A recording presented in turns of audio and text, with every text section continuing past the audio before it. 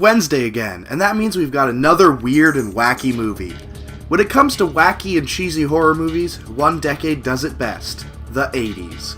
And in terms of 1980s flair, Chopping Mall does it better than anyone else. I don't think I've seen a more 80s movie in my life. Chopping Mall tells the story of a group of teenagers that decide to have a party in the mall they work at after it closes. Everything's going great. That is until they find out that the mall has a new security system made of 3 killer robots. The movie is basically a combination of Short Circuit and Dawn of the Dead. The robots malfunction exactly like Johnny Five in Short Circuit when they get struck by lightning in a storm. The weird part is, there's tons of lightning, but there's no sign of a storm, and there's not even a single drop of rain. The movie's set in a mall, just like in Dawn of the Dead, but where George Romero tries to make fun of mall culture, Chopping Mall glorifies it. The opening credits sequence is hilarious, and it's more 80s than mullets or hot pink. The characters are ridiculous, and there's some one-liners that are so bad that they're funny. Dick Miller makes a cameo, but he's wasted. I really wish he could have lived longer and had a bigger part in the movie.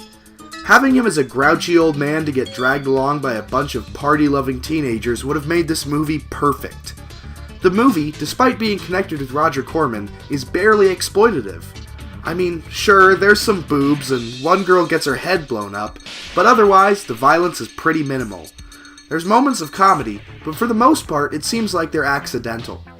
The teens make stupid decisions and eventually have to fight the robots, and it ends up pretty badly. There's some neat little Easter eggs, like the pet store that's named Little Shop of Pets after another Corman classic, or the fact that the gun store is named Peckinpah's after the director that loved extreme violence.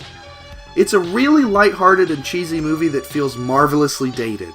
The clothing, the stereotyped characters, the synth soundtrack, and the robot effects make sure you know this movie is from the 80s.